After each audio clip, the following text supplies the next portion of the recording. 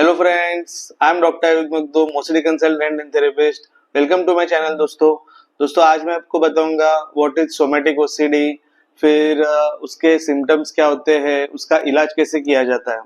तो दोस्तों somatic OCD मतलब उसका दूसरा नाम है सोमैटोफॉर्म ओसीडी या फिर उसको सेंसरी मोटर ओसीडी बोल सकते हैं। तो दोस्तों इसमें है ना, ये जो ओसीडी होता है इसमें पेशेंट को कंटिन्यूअसली लगता है कि मुझे कुछ हो गया है, मुझे कुछ तो दुख रहा है, मतलब मुझे कुछ तो कैसे असह्य बीमारी हो गई है जो ट्रीटेबल नहीं है, ऐसा उसको बार बार लगते रहता है। तो दोस्तों इसके सिम्टम्स क्या होते हैं या फिर इसके लक्षण क्या होते हैं। तो दोस्तों ये सोमैटिक ओसीडी में पेशेंट को लगता है, सपोज उसके हार्ट बीट ज्यादा फास्ट हो गए, कुछ एक्टिविटी करके अभी हार्ट बीट्स उसके फास्ट हो रहे हैं तो उसको लगेगा कि उसको हार्ट अटैक आ रहा है।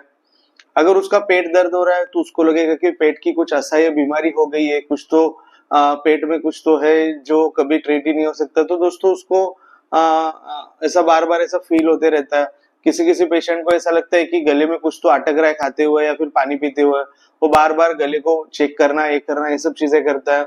किसी किसी को लगता है बहुत ज्यादा सलाइवेशन हो रहा है तो मुंह का कुछ तो बीमारी हो गई, मुंह के अंदर कुछ बीमारी है, ऐसा दोस्तों उनको फीलिंग आता है। तो दोस्तों ये लोग क्या करते हैं, ये लोग मल्टीपल डॉक्टर्स के पास जाते हैं, घूम के आते हैं और सब टेस्ट करते हैं और सब टेस्ट नॉर्मल आता है।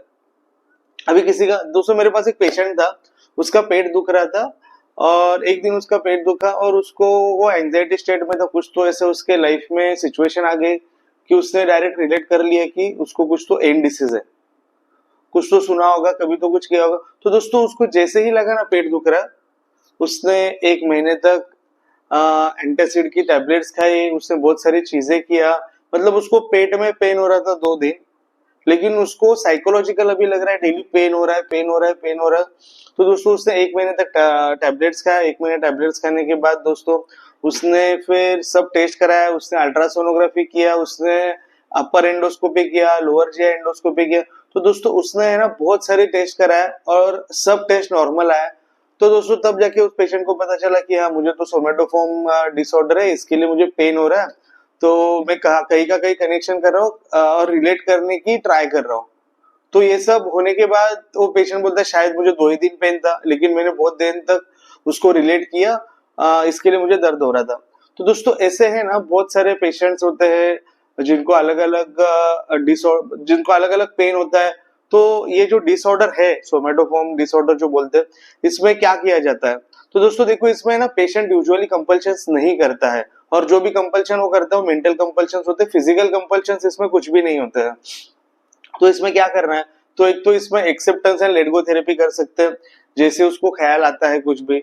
तो दोस्तों देखो अभी आपका टेस्ट तो सब नॉर्मल आ चुका है, टेस्ट नॉर्मल आया है तो आपको वो बीमारी नहीं है जो आप सोचते थे, वो डिसीज नहीं है। तो अभी क्या करना है, ठीक है, वो थॉट तो बिन बुलाया है। अभी आपको लग रहा है पेट में कुछ तो हो रहा है, उसको एक्सेप्ट करो, ठीक है, ये ओसीडी का थॉट है, मेरा थॉट नहीं, उसको एक्सेप्ट करो और लेट गो करो। आपका ध्यान हटाओ, आप कुछ हॉबीज करना चाहते हो, क्रिकेट खेलना चाहते हो, स्विमिंग करना चाहते हो, गाने सुनना चाहते हो, ऐसे सब चीजें करो, उसको एक्सेप्ट करो और छोड़ दो। तो दोस्तों एक चीज कर सकते हो। दूसरा चीज दोस्तों इसमें क्या नहीं कर रहा है मैं आपको बताता हूँ।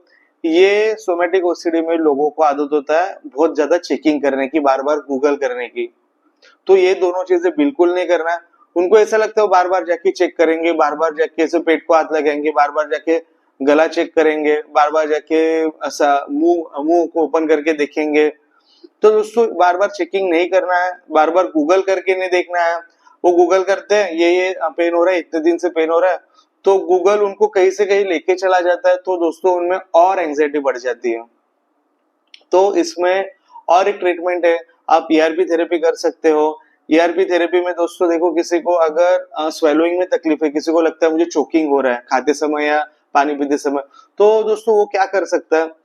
ईआरपी थेरेपी मतलब क्या है, उसको एक्सपोज करना, उसको ऑन पर्पस एक्सपोजर सब कर सकते हो। आप जानबूझ के ऑन पर्पस स्वेलोइंग कर सकते हो, बार बार कुछ तो पानी पियो, बार बार कुछ तो खाओ, या फिर इमेजिनरी स्वेलोइंग आप कर सकते हो। और जैसे ही स्वेलो आप करोगे आपका एंजाइटी पीक पे चला जाएगा, बिकॉज आपको चोकिंग का प्रॉब्लम है, आपको ऐसा लगता है कि मुझे कुछ तो मेरे गले में अटक रहा है, कुछ तो असह्य बीमारी है। तो आपको वो एंजाइटी लेवल जो भी रहेगी उसको आपको फेस करना है, उससे भागना नहीं है, अवॉइड नहीं करना है चीजों को, उसको फेस करना है और उस आपका मन डाइवर्ट करना है और बोलना है कि ठीक है मुझे बहुत अच्छा फील हो रहा है, देखो मैंने टेस्ट किए, सब टेस्ट नॉर्मल आया है, मुझे तो कोई बीमारी नहीं है, मैं बहुत अच्छे से स्वेलो कर रहा हूँ, बहुत अच्छी तरीके से मैं पानी पी रहा हूँ और खाना खा रहा हूँ। तो ऐसा डेली आपको प्रैक्टिस करना है, इसको एक्सपोजर थेरेपी बोलते हैं। तो दोस्तों देखो ऐसा आप प्रैक्टिस करोगे तो आपका ओसीडी है जल्द से जल्द ठीक हो सकता है। इसमें मेडिकेशंस का ज्यादा रोल नहीं होता दोस्तों, इसमें मेडिकेशंस यूजुअली थोड़ा एंजाइटी कम करने के लिए काम में आती है। इसका मेन अगर इसको ठीक कर रहे हैं तो दोस्तों आपको ईआरपी थेरेपी और एक्सेप्टेंस थेरेपी ही करना पड़ेगा, और इसका प्रैक्टिस आप डेली करोगे तो दोस्तों ये ओसीडी जल्द से जल्द ठीक हो जाएगा। तो दोस्तों देखो ये जो मेंटल हेल्थ रिलेटेड जो ये वीडियोस है जो मैं बनाता हूँ, एक मैं चाहता हूँ कि लोगों में एक अवेयरनेस बने, लोगों को समझे कि मेंटल हेल्थ इश्यूज कैसे हैं। तो अगर आपको भी लगता है कि लोगों के बीच अवेयरनेस नहीं है तो ये मेरा वीडियो आप शेयर कर सकते हो, ताकि लोगों में अवेयरनेस आ जाए।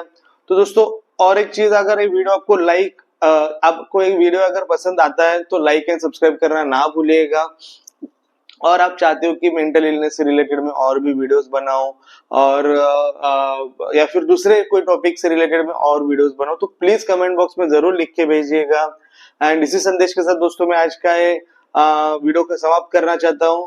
And please take care of yourself. Thank you, शुक्रिया।